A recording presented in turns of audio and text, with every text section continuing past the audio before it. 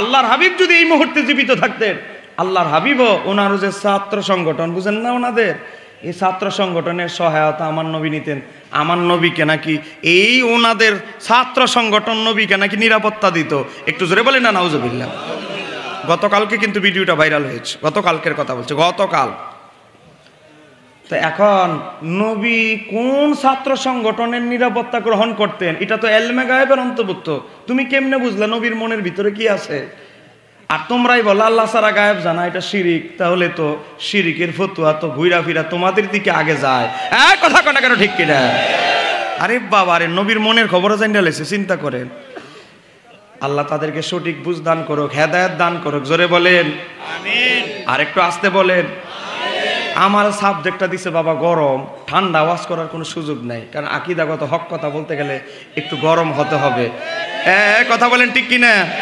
তবে যা বলবো দলিলের জোরে, একটা রেফারেন্স ছাড়া যদি আমি কথা বলি, আমার পাশে ওস্তাজুল উলামা বসে, একটা কথা যদি আমি, একটা রেফারেন্স যদি আমি ভুল তথ্য দেই, ভুল রেফারেন্স দেই, হুজুর আছেন ধরবেন।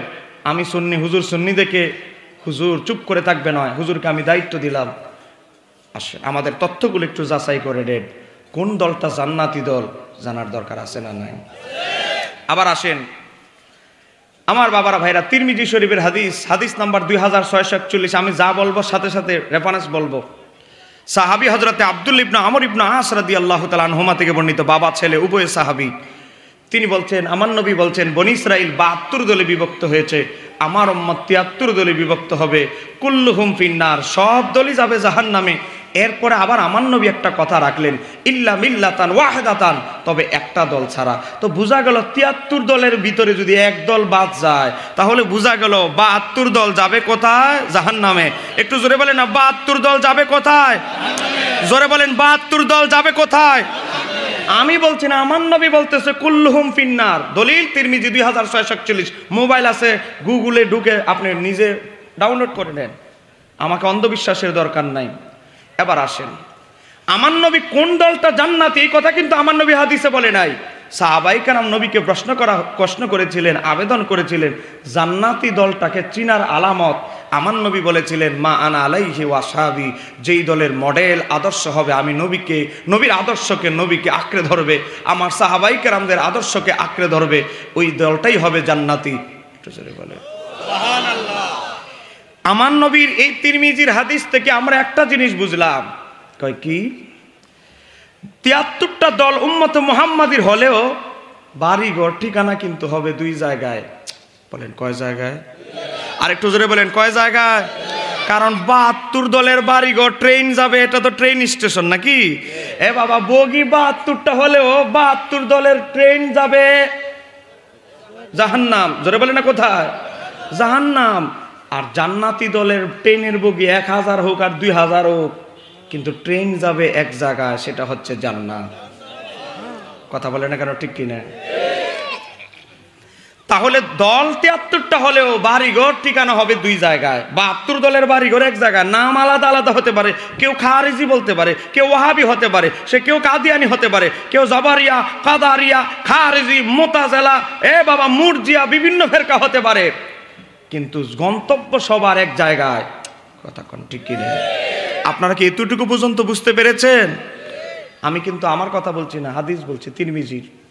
একদিকে আমার নবী বলছে, উম্মত তুমি যদি 72 দলে যোগদান করো, তোমার ঠিকানা কিন্তু জাহান্নাম। এই ভবিষ্যৎবাণী আমি নবী করে দিয়ে গেলাম।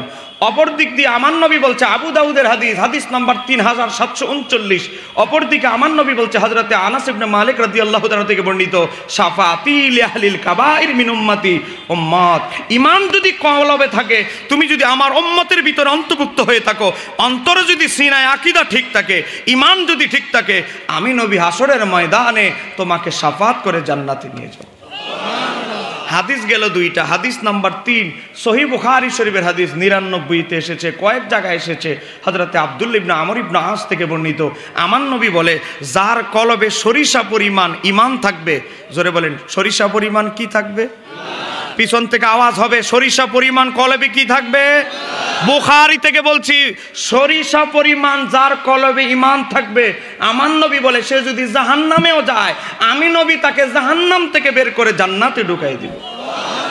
তাহলে ঘুরায়া পিছায়া সব কিছুর মূলে দেখা যায় সঠিক আকীদা, সঠিক ঈমান হচ্ছে আসল জিনিস। কথা কোন ঠিক কিনা? এবার আসেন, আমরা তিরমিজি শরীফের হাদিস থেকে বুঝতে পারলাম উম্মতে মুহাম্মাদি 73 দলে হলো, বাড়িঘর ঠিকানা হবে 2 জায়গায়। এই কথাটা আমার আল্লাহ কোরআনুল কারীমে সূরা আল ইমরান আয়াত নাম্বার 106, কোরআনুল কারীমের 3 নাম্বার সূরা,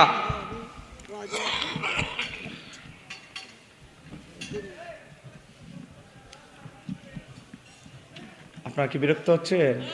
আমি শুরুতে বলেছি একটা কথা যদি আমি রেফারেন্সের বাইরে বলি, যাওয়ার পরে খাতিরের দরকার নেই, দাঁড়ায় প্রশ্ন করবেন। কারণ আমি একজন পেশাদার লেখক মানুষ, যেটা নিজের চোখে পড়ি নাই সেটা আমি বলবো না। ওই আরেক বক্তা বলছে আর আমি শুনছি, ওটা আবার এখানে বলবো না। আমি নিজের স্বচক্ষে যেটা পড়েছি সেটা আপনাদেরকে বলছি। সূরা আল ইমরান আয়াত নাম্বার 106, বলেন না সূরা আল ইমরান আয়াত নাম্বার কত? জোরে বলেন না, আয়াত নাম্বার কত? 106। আমার আল্লাহ এই উম্মতে মুহাম্মাদি যে 73 দলে বিভক্ত হবে, 73 দলের মধ্যে যে 2টা পার্ট করবেন হাসরের ময়দানে, আমার আল্লাহ 72 দলকে 1 দলে ভাগ করবেন, জান্নাতি দলকে 1 দলে ভাগ করবেন। এই কথাটা আমার আল্লাহ কোরআনুল কারীমে বলছেন, ইয়াউমা তাবিয়াদ্দু উজুহুন, হাসরের ময়দানে উম্মতে মুহাম্মাদির 1 দলের চেহারা হবে শুভ্র নূরানি, যাদের চেহারা থেকে নূর চমকাতে থাকবে। নাম্বার 1। নাম্বার 2 কি? ওয়া তাসওয়াদু উজুহুন, আরেক দলের চেহারা হবে আমাবস্যার রাত যেমন কালো, আমাবস্যার রাতের মতো কুৎসিত হবে। বলে তাহলে কিয়ামতের ময়দানে উম্মতে মুহাম্মাদিকে আমরা কয় দলে পাইলাম? একটু জোরে বলেন না। আমি কিন্তু দুনিয়ার কথা বলছি না, আল্লাহ ইয়াউম শব্দ ব্যবহার করেছে, ইয়াউম মানে ইয়াউমুল কিয়ামত, কিয়ামতের ময়দানের কথা। এ বাবা, আল্লাহ বলতেছে কিয়ামতের ময়দানে উম্মতে মুহাম্মাদের 1 দলের চেহারা হবে শুভ্র নূরানি, যাদের চেহারা থেকে আলো বিচ্ছুরিত হবে। আরেক দলের চেহারা হবে ওয়া তাসওয়াদু উজুহুন, এমন কুৎসিত আমাবস্যার রাত যেমন অন্ধকারময়, এমন ফিল আল্লাহ মেরে দিবেন। যে কোনো জান্নাতি দলের লোক, শহীদরা, গাজীরা, নবীরা, ফেরেশতারা, এ বাবা সালেহিনরা দেখা মাত্রই বুঝবে এত দুনিয়াতে বেজাল কোম্পানির সদস্য ছিল। আর আল্লাহ তো সূরা আল ইমরানের 106 নম্বর আয়াতে বলেছে বেজাল কোম্পানির লোকদের সুরত হবে কুৎসিত। কথা কোন ঠিক কিনা? এবার আসেন, কাদের চেহারা থেকে নূর চমকাবে আর কাদের চেহারাটা কুৎসিত হবে হাসরের ময়দানে? বলেন জানার দরকার আছে না নাই? জোরে বলেন দরকার আছে না নাই? আমি আপনাদেরকে বেশি বিরক্ত করবো না, 10:30 বাজে তো ইনশাল্লাহ। কি 11:30 পর্যন্ত কি থাকতে পারবেন ইনশাল্লাহ? এ বলেন 1 ঘন্টা 1 ঘন্টা 1 ঘন্টা। এ বলেন আসেন আসেন, বলেন আসেন আপনারা। আমি কিন্তু আপনাদের কাছ থেকে ওয়াদা নিলাম। এবার আসেন, এই আয়াতের তাফসিরে যাই, যাদের চেহারা থেকে হাসরের ময়দানে নূর চমকাবে সেই দলের লোকগুলো কারা? সাফাবাজি হুজুরের না শুনে আসেন আমরা কোরআনুল কারীমের তাফসিরের কিতাবে যাই। এবার আসেন, আমার হাতে একটা কিতাব দেখতে পাচ্ছেন, এই দেখেন, বাংলা বই না, বাংলা বই না, জের জবর দেওয়া বই না, আপনি ধরে ফেলে ফেলবেন। এটা পড়তে গেলে মাদ্রাসা, আলিয়া মাদ্রাসা ভালো করে 17 বছর পড়তে হবে। এই কিতাবটার নাম হচ্ছে মাজমাউল ফাতাওয়া, লিখেছে ইবনে তাইমিয়া। কোন ইবনে তাইমিয়া? যারা আমাদের জামাত ইসলামের ভাইরা যার নামের আগে বলে শাইখুল ইসলাম ইমাম ইবনে তাইমিয়া। আহলুল হাদিস ভাইরা যারা এভাবে হাত বাঁধে, পা 2টা সরায়া নামাজ পড়ে, এদের জায়গা লাগে আবার 3 গুণ। কথা কোন আছে না নাই? উনাদের শাইখুল ইসলাম, উনারা বলে শাইখুল ইসলাম ইমাম ইবনে তাইমিয়া। আমাদের দেওবন্দি ভাইরা ওই অলিপুরি সাহেবের মাদ্রাসায় গেলেও দেখবেন নাম বলবে শাইখুল ইসলাম ইমাম ইবনে তাইমিয়া। তো ইবনে তাইমিয়া 32 খণ্ডে একটা ফতোয়ার কিতাব লিখেছে, তার জীবনের সবচেয়ে বড় কিতাব ফাতওয়ায়ে মাজমাউল ফাতওয়া। এই ফতোয়ার কিতাবটা, এটা 19 নম্বর খণ্ড। আপনারা তো ভাবেন হুজুরে গেলে টিয়া পয়সা নিয়ে কি করে, 19 নম্বর খণ্ড, এটা 32 খণ্ড। কিতাবটা কিনতে গিয়ে আমার 22,500 টাকা খরচ হয়েছে। এই দেখেন, এত কষ্ট করে কিতাবটা কিনলাম, আর কিতাবটার ভিতরে কি আছে বলতে কোনো অসুবিধা আছে? জোরে বলেন কোন অসুবিধা আছে? দেখেন ইবনে তাইমিয়া কোন দলটা জান্নাতি হবে। দেখেন ইবনে তাইমিয়া তার 19 নম্বর খণ্ড ফতোয়ার কিতাবের পৃষ্ঠা নাম্বার 64 যাওয়ার সময় সবাইকে উন্মুক্ত সুযোগ দেওয়া হবে। যতগুলো কিতাবের আমি রেফারেন্স দিব, চাইলে ছবি তুলে নিয়ে হোয়াটসঅ্যাপে আপনার বড় হুজুরের কাছেও ট্রান্সফার করতে পারবেন, এতে আমাদের কোনো আপত্তি নাই। কথা কোন ঠিক কি নেই? এবার আসেন, ইবনে তাইমিয়া তার এই আয়াতের তাফসীর করতে গিয়ে লিখতেছে, ক্বালা ইবনে আব্বাস রাইসুল মুফাসসিরিন, হযরতে আব্দুল্লাহ ইবনে আব্বাস বলেন রাইসুল মুফাসসিরিনকে নবীর আপন চাচাতো ভাই, রাইসুল মুফাসসিরিনকে যিনি সাহাবীদের মধ্যে সবচেয়ে বড় মুফতি ছিলেন 7 জন, এই 7 জনের মধ্যে একজন, সাহাবীদের যুগ থেকে কিয়ামত পর্যন্ত উম্মতের যিনি সবচেয়ে বড় মুফাসসির, যাকে বলা হয় রাইসুল মুফাসসিরিন, তিনি এই আয়াতের ব্যাখ্যা কি করছে, ইবনে তাইমিয়া নকল করছে। তিনি বলে তাবিয়াতু উজুহুন, হাসরের ময়দানে যাদের চেহারা থেকে নূর চমকাবে, সেই দলের নাম কি? সেই দলের নাম হচ্ছে আহলে সুন্নাত ওয়াল জামাত। হুজুর আহলে সুন্নাত ওয়াল জামাত শব্দটা আছে না নাই? একটু জোরে কর না মারহাবা, আর একটু আস্তে বলেন মারহাবা। তাহলে আমার আল্লাহর কোরআনুল কারীমের আয়াত কোথায়? সূরা আলী ইমরান আয়াত নাম্বার 106, কোরআনুল কারীমের আয়াত আর নবীর আপন চাচাতো ভাই সাহাবীদের তাফসীর আর আহলুল হাদিস কওমি জামাত ইসলামের ভাইদের প্রিয় হুজুরের উল্লেখ করা তাফসীর থেকে আমরা বুঝতে পারলাম কিয়ামতের ময়দানে যাদের চেহারা থেকে নূর চমকাবে, যেই দলটা একমাত্র জান্নাতি হবে, সেটা আর কোন দল নয়, সেই দল আহলে সুন্নাত ওয়াল জামাত।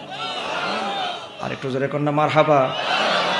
আচ্ছা গেল, এবার আসেন আমি আপনাদেরকে আরেকটা তাফসীর দেখাচ্ছি।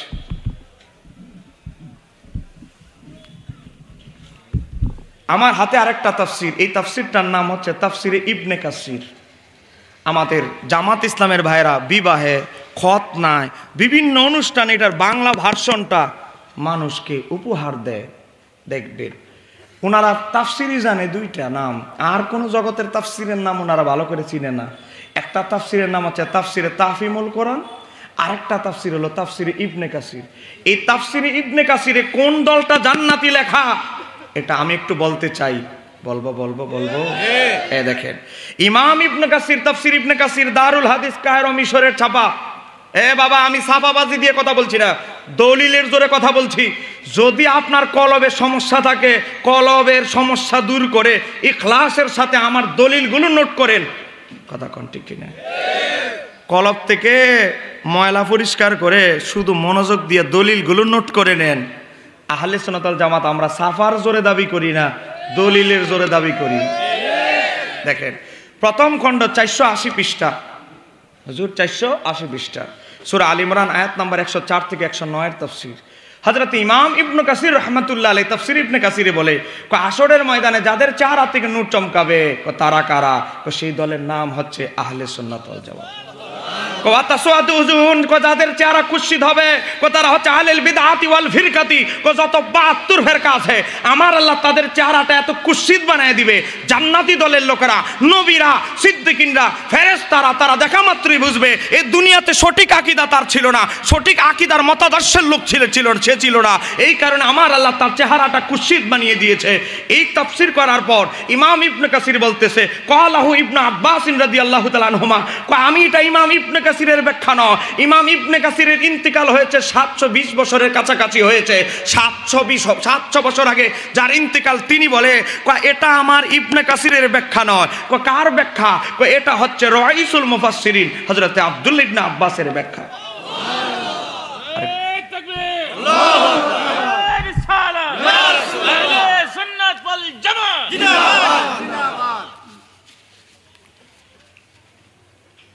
এবার আসেন, আপনাদের কাছে আমি একটা আরজ করতে চাই।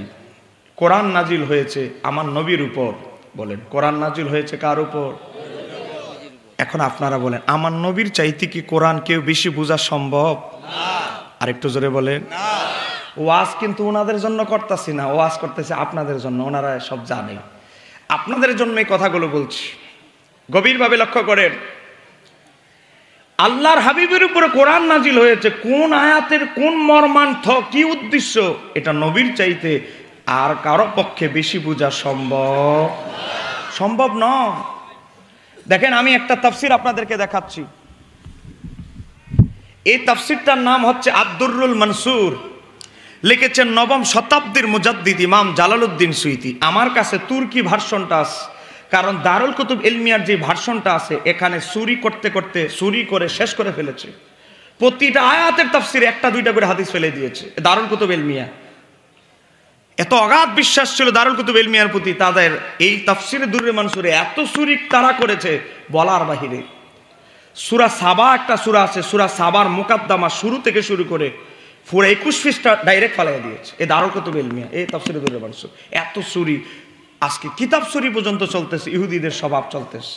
ইমাম জালালউদ্দিন সুয়ুতী 15 খণ্ডে, বাবা আমার কাছে যেটা আছে 15 খণ্ডে একটা তাফসিরের কিতাব লিখেছেন, তার নাম হচ্ছে আদ-দুররুল মানসুর। ব্যাটারি চার্জ দেওয়ার টাইম পেয়েছে না, একটু মহাব্বতে পড়েন আল্লাহুম্মা সাইয়্যিদিনা আদ ওয়ালা আলি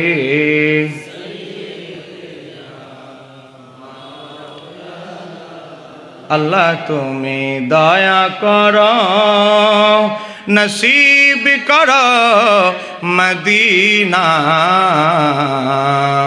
মোদের সালাম পৌঁছে দিও ওই যে সোনার মদিনা। আল্লাহুম্মা, মাশাআল্লাহ, একটু জোরে হবে।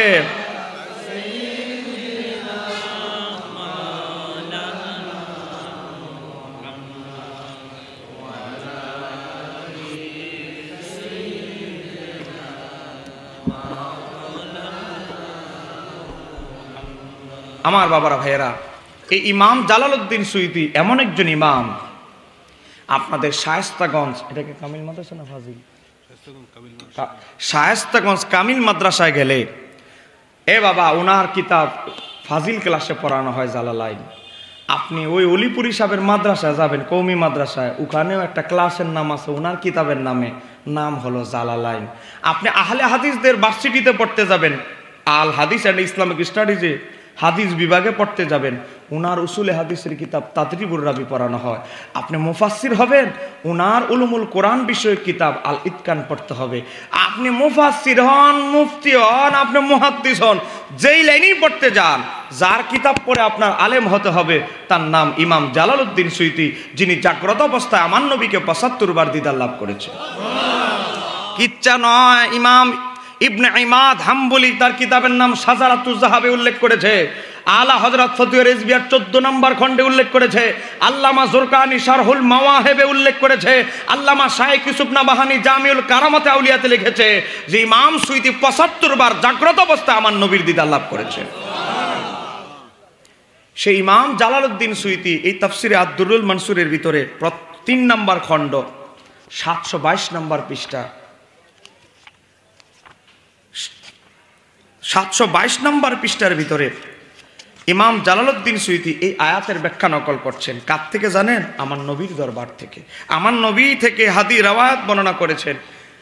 বাবা, ইমাম হযরত আবু সাঈদ খুদরি রাদিয়াল্লাহু তাআলা থেকে বর্ণিত, হযরত আবু সাঈদ খুদরি বলে আন্না রাসূলুল্লাহ সাল্লাল্লাহু আলাইহি ওয়াসাল্লাম করা, আমার নবী এই আয়াত তেলাওয়াত করলেন, ওই সূরা আল ইমরানের 106 নম্বর আয়াত তেলাওয়াত করে আমার নবী কল, আমার নবী বলে হাসরের ময়দানে যাদের চেহারা থেকে নূর চমকাবে, আমার নবীর উপরে যে কোরআন নাজিল হয়েছে, সে আমার নবী বলতেছে হাসরের ময়দানে আমার উম্মতের ভিতর থেকে যাদের চেহারাটা নূরানি হবে, শুভ্র হবে, সাদা হবে, ধবধবে নূরানিময় হবে, আলো ঝরতে থাকবে, সেই দলের নাম আহলে সুন্নাত ওয়াল জামাত। আমার নবীর উপরে আর কোনো কথা, কারো কথা চলবে? কোন হুজুরের কথা চলবে? কোন আমিরের কথা চলবে? এবার আস, এর আগের লাইনে উল্লেখ করেছে খতিবে বাগদাদির বরাতে, ইমাম দায়লামির বরাতে, নবীর সাহাবী হযরতে আব্দুল্লাহ ইবনে ওমর থেকে কল, আব্দুল্লাহ ইবনে ওমর বলে আনি নবী সাল্লাল্লাহু আলাইহি ওয়াসাল্লাম, তিনি আমার নবী থেকে বর্ণনা করেছেন। এই আয়াতের ব্যাখ্যা আমার নবীর দরবার থেকে বর্ণনা করেছেন। আল্লাহর হাবিব বলে হাসরের ময়দানে যাদের চেহারা থেকে নূর চমকাবে, নবীর সাহাবী আব্দুল্লাহ ইবনে ওমর নবী থেকে বর্ণনা করছে, সেই দল হচ্ছে আহলে সুন্নাত ওয়াল জামাত। তাহলে আর কোনো সন্দেহ আছে? যেখানে আমার নবী নিজে ব্যাখ্যা করে দিয়েছেন, মারফু তাফসির, 2টা রাওয়ায়াত দিলাম, 1 নাম্বার। 2 নাম্বার, রাইসুল মুফাসসিরিন হযরতে আব্দুল্লাহ ইবনে আব্বাস যেখানে তাফসীর করেছেন যে কিয়ামতের ময়দানে একটা দলই জান্নাতি হবে, একটা দলের চেহারা থেকে নূর চমকাবে, সেই দল আহলে সুন্নাত ওয়াল জামাত। তারপরে কি আর কোনো টেনশন আছে? জোরে বলেন, আর কোনো টেনশন আছে? এই আহলে সুন্নাত ওয়াল জামাতকেই সূরা আনআমের 153 নম্বর আয়াতে বলেছে সিরাতুল মুস্তাকিম, সরল সহজ সঠিক পথ। একটু জোরে বলেন না সুবহানাল্লাহ। মিশকাতে কিতাবুল ইতিসাম বিসুন্নাহ, এই আয়াতের আলোকে হযরতে আব্দুল্লাহ ইবনে মাসউদ নবীর দরবার থেকে তাফসীর বর্ণনা করছে। আমার নবী অনেকগুলো রেখা অঙ্কন করলেন। রেখা অঙ্কন করার পরে 72টার মতো রেখা অঙ্কন করেছে। হাদিসের ব্যাখ্যাকাররা উল্লেখ করেছে, রেখা অঙ্কন করে সবগুলো রেখা হলো বাঁকা, সবগুলো রেখাকে এক মাথায় এক জায়গায় আমার নবী কি শেষ প্রান্তগুলো এক জায়গায় করে দিয়েছে, আর আরেকটা রেখা সোজা অঙ্কন করেছে। আমার নবী বলে এটা হচ্ছে ইহদিনাস সিরাতাল মুস্তাকিম, সঠিক পথ। এই হাদিসের ব্যাখ্যায় মোল্লা আলী কারি সহ নিব্রাসের কিতাব আল্লামা ভারহারি থেকে শুরু করে বড় বড় ইমামরা বলেছে ইহদিনাস সিরাতাল মুস্তাকিম মানে আহলে সুন্নাত ওয়াল জামাত। আর এই 72টা দল, 72টা আঁকা লাইন লাইন অঙ্কন করেছে আমার নবী রেখা, সবগুলো রেখার মাথা এক জায়গায় ফিটিং করেছে। আমার নবী বলে এখানে 72টা যে রেখা অঙ্কন করে দিলাম, সবগুলোর মাথায় বসে আছে একজন। বলেন না কয়জন? জোরে বলেন না কয়জন? একজন। তার নাম হলো মিস্টার, জোরে বলেন মিস্টার। তার মানে কি আব্দুল্লাহ ইবনে মাসউদের এই হাদিস থেকে কি প্রমাণিত হলো? 72 দলকে পরিচালনা করে মিস্টার ইবলিশ। এটা আমি বলছি না বাবা, আপনি দেখেন এই হাদিসটি এসেছে মুসনাদে আহমদের হাদিস নাম্বার 4437, ইমাম নাসাইর সুনানুল কুবরা 11174 নম্বর হাদিস, সুনানে দারিমির 202 নম্বর হাদিস। এই 72 ফেরকার 72 দলের মাথায় বসে আছে ইবলিশ। ইবলিশ কলকাঠি নাড়লেই এরা চলে। আমার নবী বলে এই একটা লাইন, সরল সহজ পথ, যেটাকে বলা হয় আহলে সুন্নাত ওয়াল জামাত, এই রাস্তায় এর মাথায় শয়তান নাই, এর মাথায় আছে আল্লাহর হাবিব, আল্লাহর হাবিবের সাহাবাই কারাম। একটু জোরে বলে শয়তান 72 দলের মাথায় বসে কি করে? শয়তান 72 দলের মাথায় বসে কি করে? এ বাবা, নাসাই শরীফের সুনানুল কুবরার ভিতরে এসেছে শয়তান ইয়াদউ ইলাইহি, শয়তান বলে শিয়ার দিকে আসো, কখনো শয়তান বলে খারিজির দিকে আসো। কারণ শয়তান বলে 72টার যে কোনো একটা গেলেই তুমি আমার কোম্পানিতে যোগদান করেছো। কোম্পানির 72টা আলাদা আলাদা নাম হলেও সব কোম্পানির মালিক আমি ইবলিশ শয়তান। শয়তান কি করে আমি বলছি না, ইমাম নাসাই সুনানুল কুবরা 11174 নম্বর হাদিস।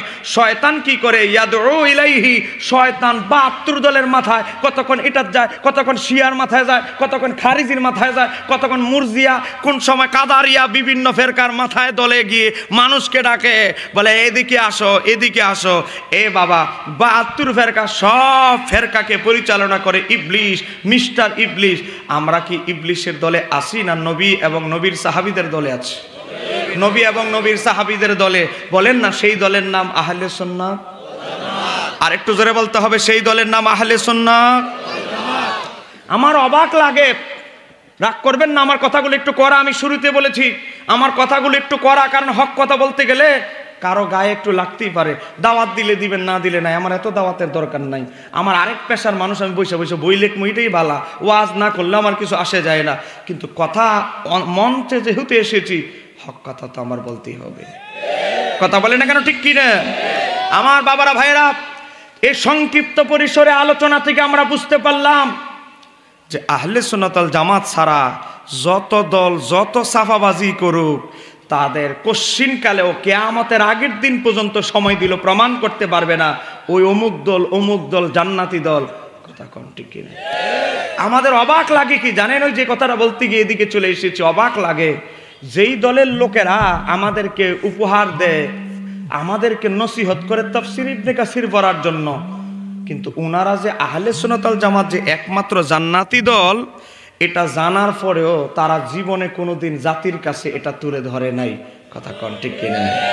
মনে হয় যেমন 480 নম্বর পৃষ্ঠাটা জীবনে পড়েই নাই। 480 নম্বর পৃষ্ঠা প্রথম খণ্ডের সূরা আল ইমরানের 106 নম্বর আয়াতটা মনে জীবনে কোনোদিন এরা তেলাওয়াতই করে নাই, ব্যাখ্যাটাও করে নাই।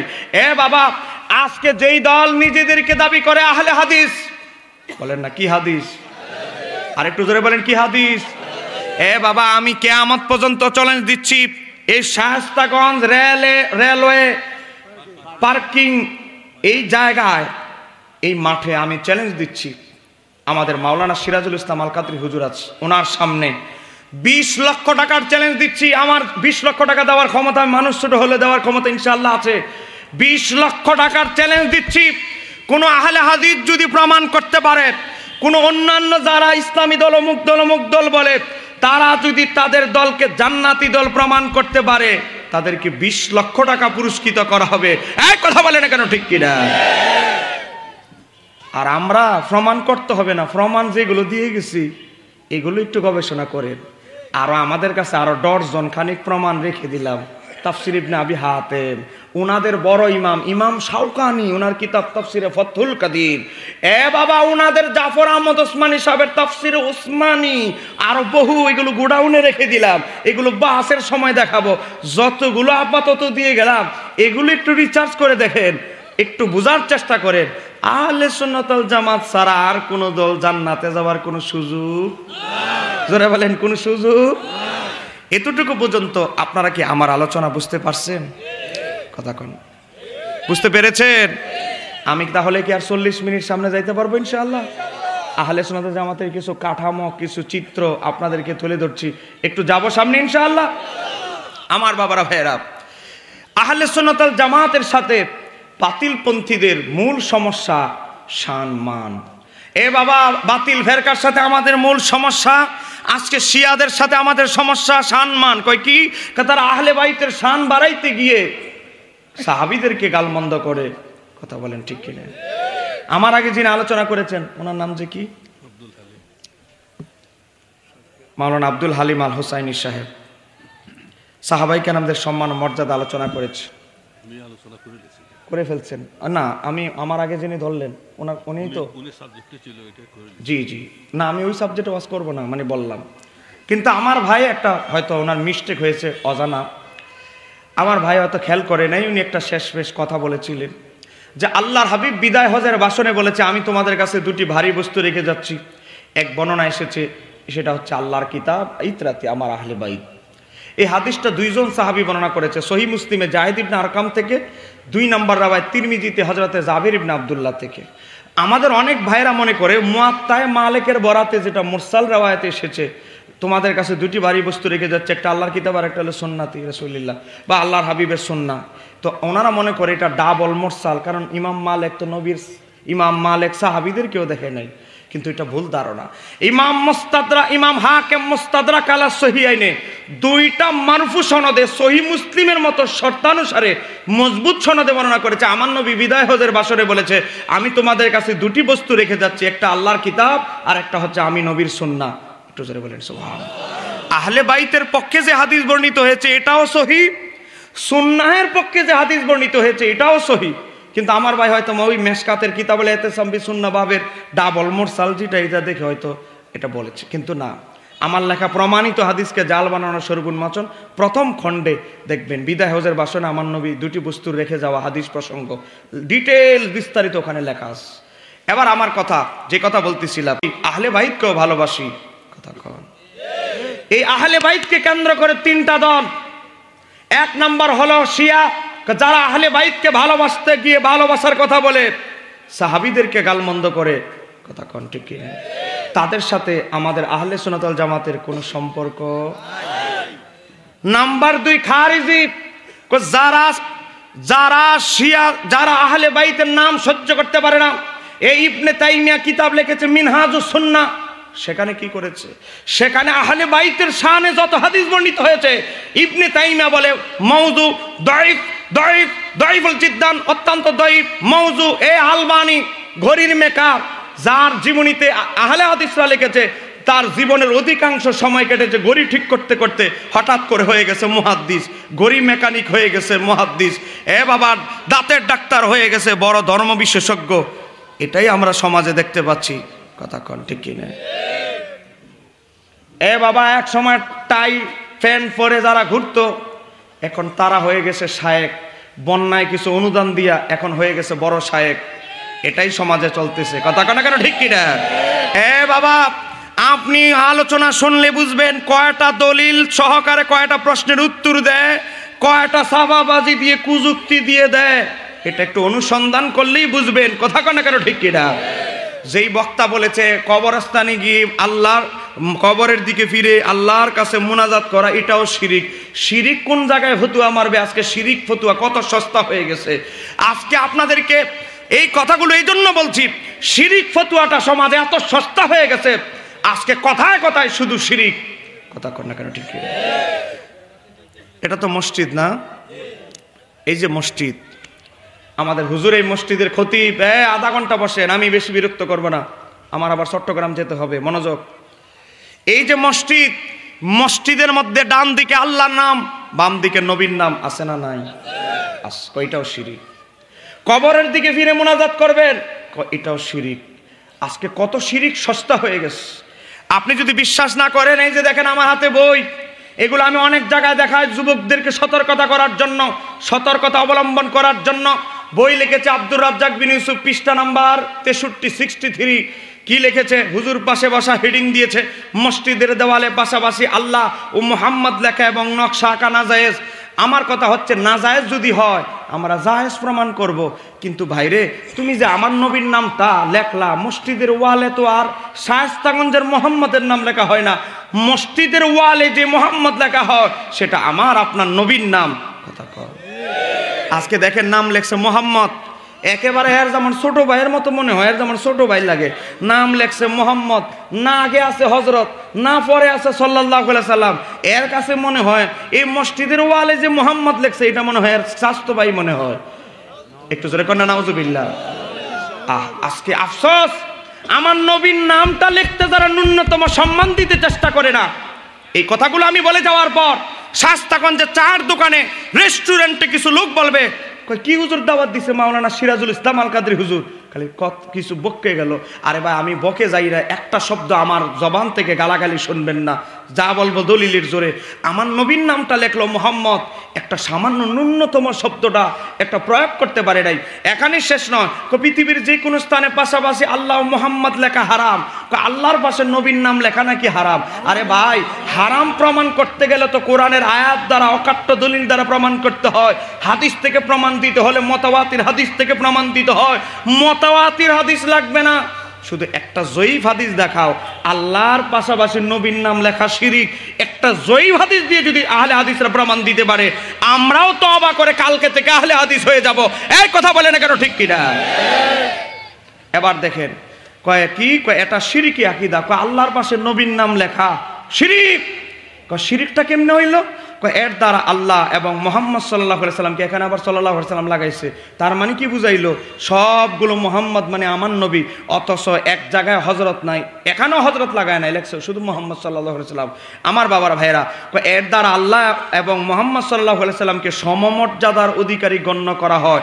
আমরা নাকি আল্লাহর নাম ডান দিকে, বাম দিকে নবীর নাম বরাবর লিখি, এই জন্য আল্লাহ আর তার রাসূলের মর্যাদা বরাবর। জোরে কর নাউজুবিল্লাহ। আচ্ছা, আপনারা বলেন, আমার আল্লাহর বরাবর মর্যাদার অধিকারী কি কারো পক্ষে হওয়া সম্ভব? বলেন, আমার আল্লাহর মর্যাদা কি সসীম না অসীম? আরেকটু জোরে বলেন, সসীম না অসীম? যেই মহান সত্তার মর্যাদার কোনো সীমা রাখা নাই, নবীকে আমরা আল্লাহর বরাবর বানাবো কেমনে? বানাইতে হলে তো আল্লাহর মর্যাদার একটা সীমা রেখা থাকতে হবে। কথা কর না কেন? এই ব্যাককল মৌলবীর এতটুকু জ্ঞান আল্লাহ তার বুঝ জ্ঞান দেয় না, কিন্তু দাড়িগুলো ফাঁকা শুরু হয়ে গেছে। এখন দেখেন, এই বেচার একটা কুযুক্তি দিছে, দলিল তো নাই। দেখেন আগাগোড়া দলিল একটাও নাই। দলিল দিছে কি? কুযুক্তি। কুযুক্তি কি? বরাবর লেখলে বরাবর মর্যাদা বুঝায়। আচ্ছা, সুন্দর বীজগণিতের সূত্র আবিষ্কার করছেন শিরিকের ডেলিভারি ফতুয়া দেওয়ার জন্য। বরাবর লেখলে বলে বরাবর মর্যাদা বুঝায়। তাহলে আমরা উনার সূত্র দিয়া উনার দিকে একটু প্রয়োগ করি। একটা ব্যানার লাগাবো, এখানে লাগায়া ডান দিকে লিখবো আব্দুর রাজ্জাক বিন ইউসুফ, আর বাম দিকে লিখবো ফেরাউন। এখন আহলে হাদিসে যদি জিজ্ঞাসা করা হয়, ডান দিকে আপনার শায়েখের নাম আর বাম দিকে ফেরাউনের নাম, দোনোটা নাম যে বরাবর লেখলাম, দোনো জনের মর্যাদা কি এক সমান? বলবে না, ফেরাউন তো মুশরিক, আমার হুজুর তো বড় আল্লাহর ওলি কুতুব শাহ। তো আপনার হুজুর যদি এত বড় বুজুর্গ ওলি, তার বরাবর পাশে লেখলে ফেরাউনের নাম মর্যাদা বরাবর বুঝায় না, ও আল্লাহর বরাবর নবীর নাম লেখলে বরাবর বুঝায়। কিন্তু আপনার হুজুরের বরাবর আরেকজনের নাম লেখলে সমান মর্যাদা বুঝায় না। আপনার হুজুরের বেলা ফতুয়া একরকম, সূত্র চলে একরকম, নবীর বেলা ওয়ালে আমরা মসজিদে নাম লেখলে সূত্র চলে আরেক রকম। এটা তো মুনাফিকি ছাড়া আর কিছুই না। জোরে বলেন, মুনাফিকি ছাড়া আর কিছুই। এই সূত্রই চলতেছে। শিরিক ফতুয়া দেওয়ার জন্য এই সূত্র আবিষ্কার করেছে, সূত্র চলছে। আপনাকে রাগ করতেছেন আমার কথা? আমি নবীর পক্ষে কথা বলছি, আমার নবীর পক্ষে কথা বলছি। নবীর পক্ষে কথা বলার পরে যদি কারো গায়ে লাগে, ভাই আমার হাদিয়াও দরকার নাই, গ্যাস বিল যা গেছে, গাড়ি ভাড়া যা গেছে আমি দিয়ে দিব, কিন্তু আমার নবীর পক্ষে কথা না বলতে পারলে আমার কথা বলার দরকার নাই। কথা কন ঠিক কি দেয়? আমার বাবারা, ভাইরা, আপনারা বলেন, আমার নবী বলেছে যেই দলটা জান্নাতি হবে, মানে আহলে সুন্নাত ওয়াল জামাত, তাদের নিদর্শন হচ্ছে তারা আমি নবীকে আদর্শকে, আমি নবীর আদর্শকে আঁকড়ে ধরবে, সাহাবীদেরকে ফলো করবে। সাহাবীদের আদর্শ কি? কিতাবের নাম তাফসিরে কাবীর, খণ্ড নম্বর 2, পৃষ্ঠা নম্বর 286, মিশরি ছাপা, সূরা বাকারার ব্যাখ্যা ইমাম ফখরুদ্দিন রাজি, যার ইন্তেকাল 606 হিজরি, 6ষ্ঠ শতাব্দীর মুজাদ্দিদ ইমাম ফখরুদ্দিন রাজি উল্লেখ করে, আমার নবী একবার আবু বকর সিদ্দিককে আংটি দিলেন। কি দিলেন? জোরে বলেন, কি দিলেন? আর 25টা মিনিট একটু বসেন না, বুঝছি কষ্ট হচ্ছে, রাত্র হয়ে গেছে তো। বলেন, আর 25 মিনিট কি আছেন? একটু হাত তুলে কি দেখাইতে পারবেন?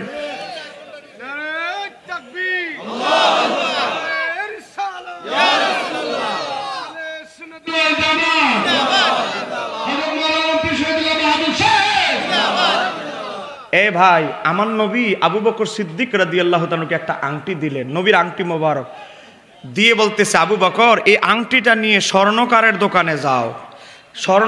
স্বর্ণের যারা জিনিসপত্র বানায়, আপনাদের হবিগঞ্জে কি বলেন? বাইন্না? ওরে বাবারে, বাইন্না। আচ্ছা যাক,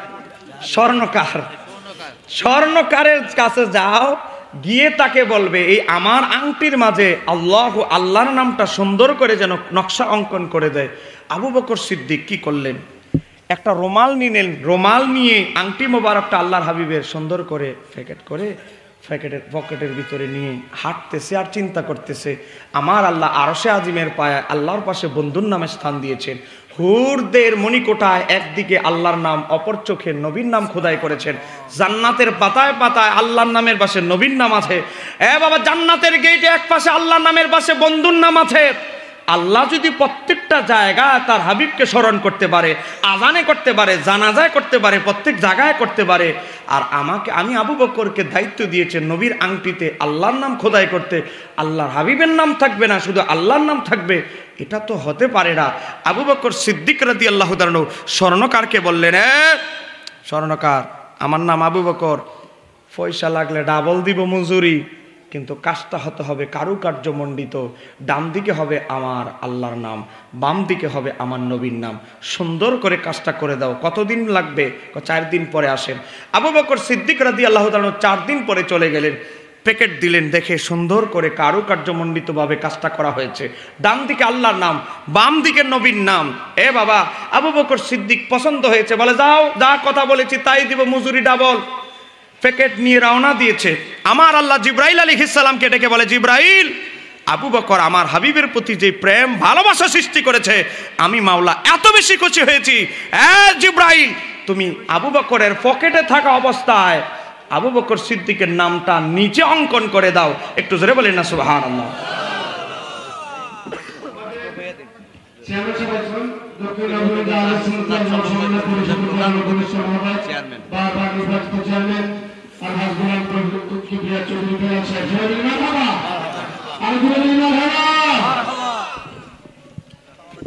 ভালো আছেন না? প্রধান উপদেষ্টা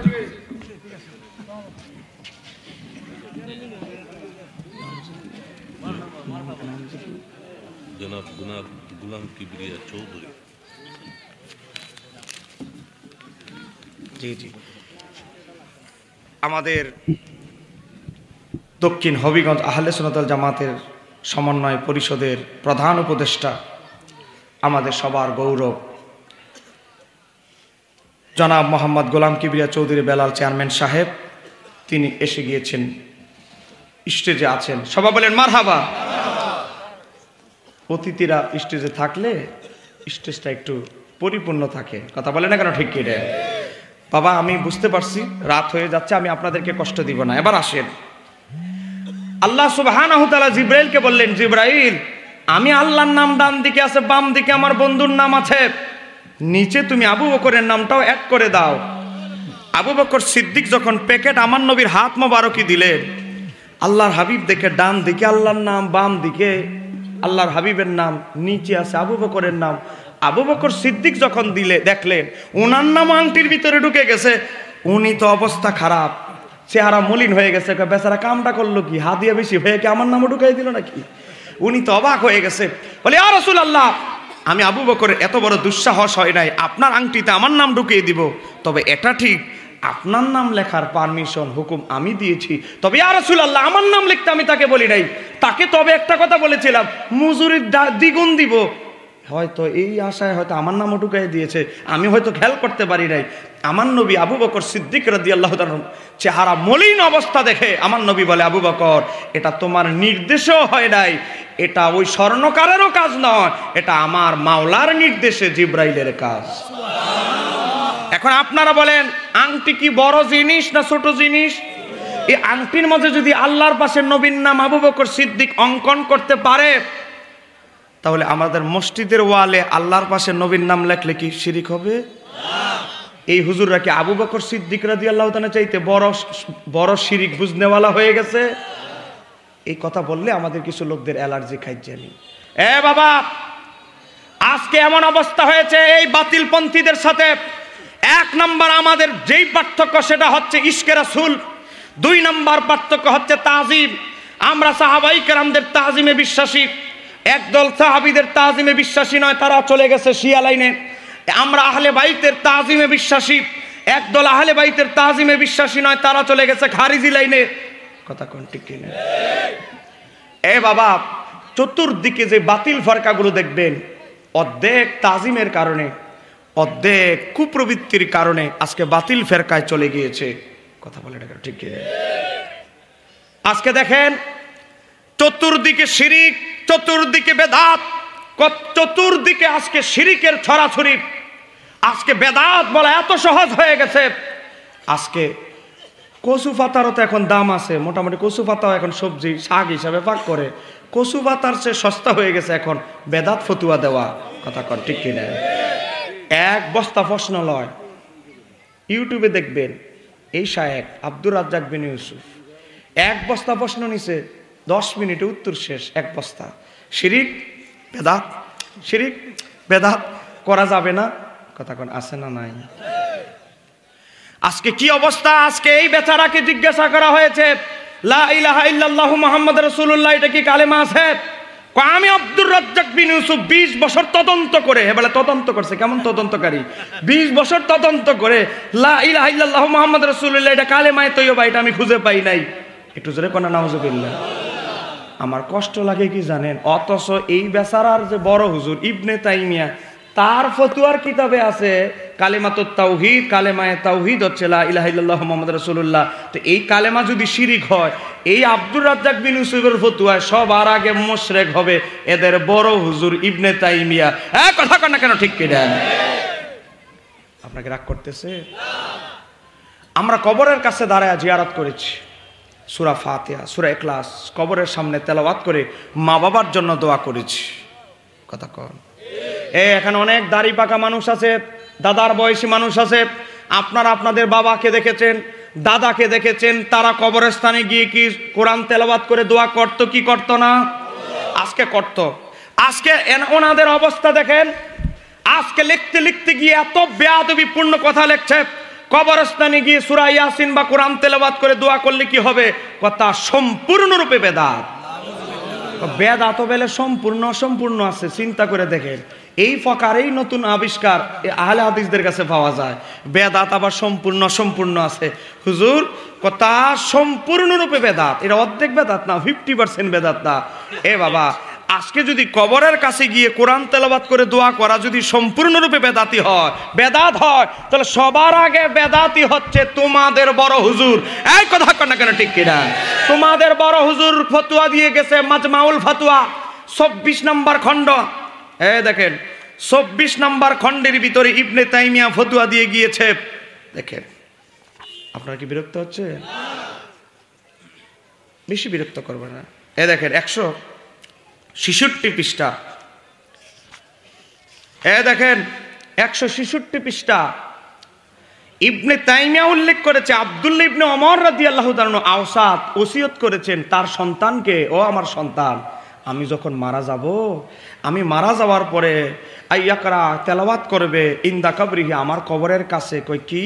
সূরা বাকারার প্রথম অংশ, সূরা বাকারার শেষের অংশ। একটু জোরে বলে। ইবনে তাইমিয়া উল্লেখ করেছে হযরত আব্দুল্লাহ ইবনে ওমরকে। সাহাবীদের মধ্যে 7 জন সবচেয়ে বড় মুফতি ছিলেন, 7 জন।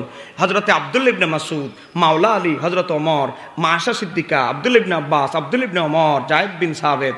এই 7 জন হচ্ছে সাহাবীদের সবচেয়ে বড় মুফতি। তার মধ্যে অন্যতম হলো আব্দুল্লাহ ইবনে ওমর। তিনি তার শাহজাদাকে ওসিয়ত করেছেন, সন্তান, আমি মারা যাওয়ার পরে কবরের কাছে দাঁড়ায়া সূরা বাকারার প্রথম অংশ, সূরা বাকারার শেষের অংশ পড়বা। আমাদের কিতাবে থাকলে তো অ্যালার্জি খাইজানিটা বেশি, তো আপনাদের বড় হুজুর যে লিখে গেল, এটা কি আপনারা চোখে দেখেন না? ওনারা আসলে ওনাদের নিজেদের হুজুরদের কিতাব পড়ারই টাইম নাই। ফতুয়া তো ইন্ডাস্ট্রিতে খুলে বসছে বেদাত আর শিরিকের, নিজেদের হুজুরের কিতাব পড়ার কি টাইম আছে? কথা কেন কেন, ঠিক কিনা? তাহলে আপনারা বলেন,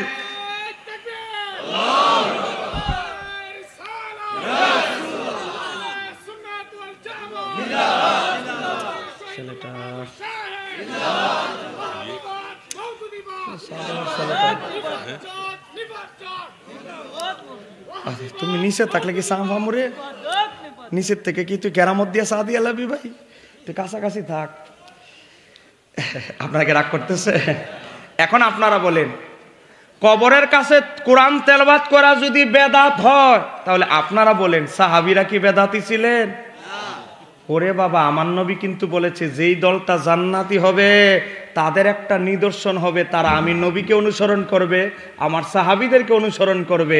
সাহাবীরা হলো কবরের কাছে কোরআন তেলাওয়াতের পক্ষে, আর এই হুজুররা হলো কোরআন তেলাওয়াতের বিপক্ষে। বোঝা গেল তারা জান্নাতি দলের লোক, জান্নাতি দলের লাইনে তারা, যারা বলে না জান্নাতি দলের লাইনে তারা। এবার আসেন, গভীরভাবে লক্ষ্য করেন, আমরা মৃত ব্যক্তিদের পক্ষ থেকে 4 দিন হলে কিছু ইসালে সওয়াব করি। ইসালে সওয়াবের অনুষ্ঠানে আমরা কি করি? গান গাই, মদ খাই, পার্টি করি, কি করি? কোরআন তেলাওয়াত করি। কিছু গরিব মিসকিন মানুষদেরকে খাবার বিতরণ করি। ওই খাবারের যে আয়োজনগুলো, এই আয়োজনটা মৃত ব্যক্তির রুহে ইসালে সওয়াব করি। এছাড়া আর কিছু আছে? জোরে বলেন, এছাড়া আর কিছু আছে? কিন্তু আজকে বলতেছে এটা হয়ে গেছে গুনার কাজ, সোয়াবের কাজ হয়ে গেছে এখন গুনার কাজ। বাবা, আজকে সোয়াবের কাজ হয়ে গেছে গুনার কাজ। আজকে দেখেন উনাদের বড় হুজুর ইবনে তাইমিয়া 24 নম্বর খণ্ড 166 পৃষ্ঠা ইবনে তাইমিয়াকে প্রশ্ন করা হয়েছে, মৃত ব্যক্তি যদি মারা যায় তার পক্ষ থেকে যদি কোরআন তেলাওয়াত করা হয়, এই সোয়াব কি তার রুহে বুঝবে? জিজ্ঞাসা করা হয়েছে মৃত ব্যক্তির পক্ষ থেকে যদি তোআম, এখানে খাবার শব্দ উল্লেখ আছে, হুজুর তোআম শব্দ আছে?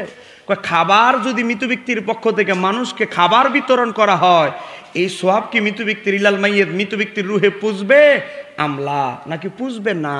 ইবনে তাইমিয়া জবাব দিতেছে, ইবনে তাইমিয়া আজকে তারা বলে 60 দিনে অনুষ্ঠান করে কোরআন তেলাওয়াত খাবার আয়োজন বেদাত, আর তোমাদের বড় হুজুর বলে দাত। তোমাদের বড় হুজুর কি বলে? ওয়ালাকিন ইযা তুসাদ্দিক আনিল মাইয়িতি আলা মান ইয়াকরা আল কোরআনা আও গায়রিহিম, কোন ব্যক্তি যদি মৃত ব্যক্তির পক্ষ থেকে সদকা করে, আও গায়রিহিম, অথবা কোরআন তেলাওয়াত ছাড়া যে কোনো ধরনের ইসালে সওয়াব সদকা করে, আও গায়রিহিম দ্বারা সব ঢুকাইয়া দিয়েছে, যে কোনো কল্যাণমূলক সওয়াবমূলক কাজ মৃত ব্যক্তির পক্ষ থেকে যদি কেউ করে, বাবা করার পরে কি করে? ওয়া ইয়ানফাউ যালিকা বিইত্তিফাকিল মুসলিমিন, এটা যদি মৃত ব্যক্তির রুহে ইসালে সওয়াব করে, মৃত ব্যক্তি এর দ্বারা উপকৃত হয় বিইত্তিফাকিল মুসলিমিন, এতে মুসলমানরা একমত।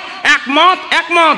আজকে যারা মৃত ব্যক্তির পক্ষ থেকে খাবার আয়োজন, কোরআন তেলাওয়াতকে যারা বেদাত বলে, উনাদের হুজুর, উনাদের ফতুয়ায় সবার আগে 1 নম্বর বেদাতি হলো উনাদের বড় হুজুর। কথা কন, কথা কন না কেন, ঠিক কিনা? আসলে কথা হচ্ছে নিজেদের বড় হুজুরের কিতাব পড়ার আসলে এরা টাইম পায় না। আমরা যখন এগুলো রিচার্জ করে বের করি তখনই এদের একটু জবানটা একটু ঠান্ডা হয়। কথা কন, ঠিক কিনা? আপনাকে রাগ করতেছেন আমার কথা? এ বাবা, একা নিঃশ্বাস নেই। ইবনে তাইমিয়া তারপরে বলেছে ওয়াকাযালিকা, তেমনি ভাবে মৃত ব্যক্তি মারা যাওয়ার পর পরবর্তী সময়ে যদি মান করা আল কোরআন মুহতাসিবান, সোয়াবের আশা যদি কেউ কোরআন তেলাওয়াত করে, ওয়াহদাহু ইলাল মাইয়িতি, ওই সোয়াব কোরআন তেলাওয়াতের সোয়াবগুলো মৃত ব্যক্তিকে হাদিয়া দেয়, কয় কি হবে? নাফাহু যালিকা, এর দ্বারা মৃত ব্যক্তি ফায়দা লাভ করবে, উপকৃত হবে। ইবনে তাইমিয়া বলতেছে, ইবনে তাইমিয়া বলে কোরআন তেলাওয়াত করে মৃত ব্যক্তিকে হাদিয়া দিলে উপকৃত হয়, আর এই হুজুর বলে সম্পূর্ণরূপে বেদাত। তাহলে আপনারা বলেন ওনার ফতুয়ায় ওনার হুজুর হলো 1 নম্বর বেদাতি। কথা বল না কেন, ঠিক কিনা? এই কথা বললেই কয় কি হুজুর দাওয়াত দিচ্ছে? মাওলানা সিরাজুল ইসলাম হুজুর। খালি খালি বকে গেল। আমি বকে যাই নাই, গালিও দেই নাই, গাল মন্দও করি নাই। আমাদের উদ্দেশ্য হচ্ছে এই বাতিলপন্থীরা আমার নবীর শত শত সুন্নতকে জবাই করার চেষ্টা চলছে, এই চেষ্টা আহলে সুন্নাত ওয়াল জামাতের অনুসারী হয়ে আমরা সহ্য করব না। এই কথা কয় না কেন, ঠিক কিনা? এই অপচেষ্টা রুখে দেওয়ার জন্যই আহলে সুন্নাত ওয়াল জামাত। কথা কয় না কেন, ঠিক কিনা? আজকে আপনারা আমার যুবক ভাইরা, আমি জানি এই শায়েস্তাগঞ্জে অনেক যুবক আছে, উত্তরবঙ্গের বিভিন্ন বঙ্গের, এরা মাইকের আওয়াজ শুনতেছে। আমি তাদেরকে বিনয়ের সাথে বলবো, আজকে আপনাদের আহলে হাদিসদের সাথে আমরা কখনো দ্বন্দ্ব করতে যাইতাম না। কেন করছি? তার আজকে আমাদের ফরজ ইবাদত নিয়ে মজা ঠাট্টা বিদ্রুপ করছে। এই দেখেন, এক্সপ্রেসারা বই লেখছে জাল হাদিসের কবলে রাসূলুল্লাহর সালাত। আজকে 5 ওয়াক্ত নামাজ নিয়েও ঠাট্টা বিদ্রুপ চলছে। আপনারা বলেন 5 ওয়াক্ত যে নামাজ পড়ি, এই নামাজ কি নফল না ফরজ? পিছনের ভাইদের কথা মনে হয় আপনাদের এলাকায় কি 5 ওয়াক্ত নামাজ নফল করা হয়েছে নাকি? বলেন 5 ওয়াক্ত নামাজ কি নফল না ফরজ? ফরজ। আজকে আমাদের ফরজ নামাজকে নিয়ে আমরা হানাফি হওয়ার কারণে আমাদের ফরজ নামাজ নিয়ে এই বেচারা ওনাদের 10 জন বড় হুজুরের একজন মুজাফফর বিন মহসিন বই লিখেছে জাল হাদিসের কবলে রাসূলুল্লাহর সালাত, পৃষ্ঠা নাম্বার 28, 28 নম্বর পৃষ্ঠা হুজুর আছে। বর্তমান সমাজে যে সালাত মানে নামাজ প্রচলিত আছে, তা জাল ও জয়ীফ হাদিস ভিত্তিক বানোয়াট সালাত। আর একটু আস্তে কর। বানোয়াট মানে আমাদের সব নামাজ বঙ্গোপসাগরে চলে গেছে, আর ওনারা তো লেডিস মার্কা নামাজ পড়ে, ওনাদের নামাজ আরশে আজিমে চলে গেছে। এখন আপনারা বলেন নামাজ না নিচে হাত বাইদা হানাফি মাযহাবের পদ্ধতিতে নামাজ পড়তে পড়তে দাড়িগুলো ফাঁকায় ফেললেন, আর এই হুজুর বলে ফতুয়া দিচ্ছে কি আপনার জীবনের সমস্ত নামাজ হলো কি বানোয়াট নামাজ, বাতিল নামাজ। এ বাবা, যারা আমাদের ফরজ ইবাদতকে বলে বানোয়াট ইবাদত, তাদেরকে কি দেখলে জরায়া ধরবো? আমাদের কি উচিত তাদেরকে জরায়া ধরা না প্রতিবাদ করা? আমি উত্তরবঙ্গে গিয়েছি নওগাঁ জেলায়। যাওয়ার পর এই বই খুলতে দেরি আহলে হাদিস 4 জন দাঁড়ায় গেছে। বলে আপনি ওলি বুজুর্গের কথা বাদ দেন, কোরআন হাদিসের কথা বলেন। আচ্ছা, আমি তাকে বললাম ঠিক আছে, আমাদের নামাজ, এই লামাযহাবীদের চিন্তাধারা কি? আমাদের নামাজ, আমরা যে নামাজ পড়ি, আমাদের নামাজগুলো শিক্ষা দিচ্ছে সুফিয়ায়ে কেরাম। সুফিয়ায়ে কেরাম তো এত কোরআন হাদিস জানতো না, যা জানতো তাই আমাদের পূর্বপুরুষদেরকে শাহজালাল আলী আমনি খাজা করিবেন আমার শিক্ষা দিয়ে গেছে। কত মগের মূল্য, কত বোকা! এতগুলো মাদ্রাসা হয়েছে কি সুফিয়ায়ে কেরামদের কথা? এতগুলো মাদ্রাসায়, কামিল মাদ্রাসা, সিয়াসিত্তা পড়ানো হয়, এত কিতাব পড়ানো হয়, আর তারা মানুষকে, যুবকদেরকে বোঝানোর চেষ্টা করে আমরা নাকি ওই পুরনো বুজুর্গদের কথায় নামাজ পড়ি, হাদিসের আলোকে নামাজ পড়ার চেষ্টা করি না। কি আফসোসের ব্যাপারে রে ভাই! আজকে কিভাবে মানুষদেরকে প্রতারিত করা হচ্ছে আপনি অবাক হয়ে যাবেন। আমি জাস্ট একটা উদাহরণ আপনাদেরকে দিচ্ছি। আপনাকে বিরক্ত হচ্ছেন? দেখেন, একটা উদাহরণ দিচ্ছি। আমরা নাবির নিচে হাত বাঁধি। বলেন আমরা কোথায় হাত বাঁধি? আরো জোরে বলেন কোথায় হাত বাঁধি? কেন আমরা নাবির নিচে হাত বাঁধি? ইমাম আবু হানিফা বলে, আমি আবু হানিফা রহমতুল্লাহ আলাইহি নাবির নিচে হাত বাঁধার প্রধান দলিল হচ্ছে কোরআনুল কারীম। কোথায় আছে? কোরআনুল কারীমে সূরা বাকারাতে আছে। কি আছে? অকুমু লিল্লাহি কানিতিন, নামাজে দাঁড়াও বিনয়বত। আজকে যারা এভাবে হাত বাঁধে, যারা এভাবে হাত বাঁধে, যারা এভাবে হাত বাঁধে, একটার ভিতরেও বিনয় নাই। আয় বাবা, যারা নাভির নিচে হাত বাঁধে, ডান হাতকে বাম হাতের উপরে রেখে নাভির নিচে হাত বেঁধে মাথাটা সেজদার জায়গার দিকে নিবন্ধ করে তাকিয়ে গোলামের মতো বিনয়ের সাথে আল্লাহর দরবারে দাঁড়ায়, এই কথা বলে না কেন, ঠিক কিনা? আর এই বেচারারা পা দুইটা ছড়ায় এমন ভাবে দাঁড়ায়, মনে হবে যেমন কুস্তি খেলার প্রতিযোগিতা নামবো কিছুক্ষণ পর। কথা কোনা কেন, ঠিক কিনা? তা আমার আল্লাহ কোরআনুল কারীমে বলতেছে নামাজে দাঁড়াও বিনয়বত, আর এদের বিনয় তো দূরের কথা, মনে হয় যেমন কত বছরের শত্রুতা। কথা কোনা কেন, ঠিক কিনা? আপনাকে রাগ করতেছেন আমার কথা? আমি আগেই বলছি আমার কথাগুলো একটু ঝাল লাগবে। এবার আসেন, আমার বাবারা ভাইরা, এখন আমার কলেজ বিশ্ববিদ্যালয়ের ছেলেদেরকে ওই যে শাহজালাল বিজ্ঞান ও প্রযুক্তি বিশ্ববিদ্যালয়, রাজশাহী বিশ্ববিদ্যালয়, চট্টগ্রাম বিশ্ববিদ্যালয়, ওই ক্যাম্পাসগুলোতে কিছু বিশ্ববিদ্যালয়ের শিক্ষক এদের ট্যাবলেটে আক্রান্ত হয়ে এদের দালালি করে আজকে কলেজ বিশ্ববিদ্যালয়ের ছেলেদেরকে এই বইগুলো, জাকাতের অনুদানে প্রাপ্ত বইগুলো মানুষকে ফ্রি বিতরণ করে। আজকে একটা কলেজ বিশ্ববিদ্যালয়ের ছেলে আপনাদের শায়েস্তাগঞ্জ থেকে চট্টগ্রাম বিশ্ববিদ্যালয়ে চান্স পাইছে, হোস্টেলে একটা সিট পাইছে, হোস্টেলে গিয়ে তার কাছে চলে আসলো, রাসূল সাল্লাল্লাহু আলাইহি সাল্লামের সালাত, আমাদের শায়েকের বই একটু পড়ো না। না, আমি এগুলো পড়ি না। কারে আমাদের শায়েকের বই সহিহ হাদিসের উপরে লেখা, পড়ো না। এ বাবা, 10 বার যখন বলে আমার যুবক ভাইকে একটা বই দেওয়া হলো, মাগ না দিছে, একটু পড়েই দেখি। আমার যুবক ভাই পড়তে পড়তে পড়তে পড়তে চলে গেছে 154 নম্বর পৃষ্ঠার ভিতরে হেডিং, নাভির নিচে হাত বাঁধার হাদিসগুলো জয়ীফ, অসল। একটু জোরে বলেন। আরে আমার যুবক ভাই, মনোযোগ, কলেজ বিশ্ববিদ্যালয়ের ছেলে তো আর এত হাদিস জানে না।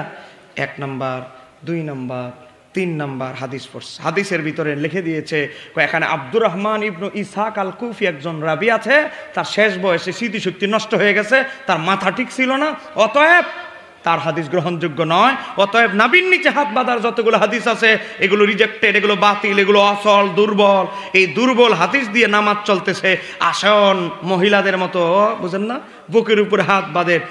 আমার বাবারা ভাইয়েরা, আজকে যুবক ছেলেটা চিন্তা করতে পারলো না, নাভির নিচে হাত বাঁধার দাবির পক্ষে সে হাদিস উল্লেখ করেছে 3টা। বলেন কয়টা? বইটা কিন্তু আমার হাতে আছে, যাওয়ার সময় চাও খাওয়াই দিব, বইটা ছবি তুলে আপনার মোবাইলে দিয়ে দিব, কোনো অসুবিধা নাই। 2, 4, 5, 10 জনের চা খাওয়াইলাম, নাহলে সবাইরই খাওয়াইলেন, হাদিয়ার টাকা দরকার হলে সবার চা খাওয়াই শেষ করলাম, কোনো অসুবিধা নাই। কিন্তু কথা হচ্ছে ভাই, সত্যটা দেখে যান। দেখেন 1, 2, 3 নাভির নিচে হাত বাঁধার হাদিস উল্লেখ করেছে 3টা, কিন্তু আসলে নাভির নিচে হাত বাঁধার হাদিস আছে 11টা। বলেন না কয়টা? আরো জোরে বলেন কয়টা? আর এই বেচারা যুবকরে কেমনে ব্রেইন ওয়াশ করতেছে। দেখেন লামাযাবিরা কিভাবে যুবকদেরকে তার দলে টানে। আজকে যুবকদেরকে বলতেছে, দেখো দেখো দেখো, হায় হায় হায় রে, সারা জীবন কি নামাজ পড়লা, সব তো দুর্বল হাদিসের নামাজ। কিন্তু এই ছেলেটা চিন্তা করলো না, হানাফি মাযহাবের দাবি প্রসঙ্গে যে 3টা হাদিস উল্লেখ করা হলো, আসলে কি শুধু 3টাই হানাফিদের দলিল, না আরো দলিল আছে? এই ছেলেটা চিন্তা করলো না। অথচ হানাফিদের নাভির নিচে হাত বাঁধার পক্ষে হাদিস বর্ণিত হয়েছে 11টা।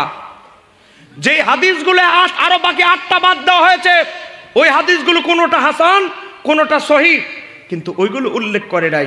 কেন উল্লেখ করে নাই? কারণ উল্লেখ করলেই তার 2 নাম্বার ব্যবসা বন্ধ হয়ে যাবে।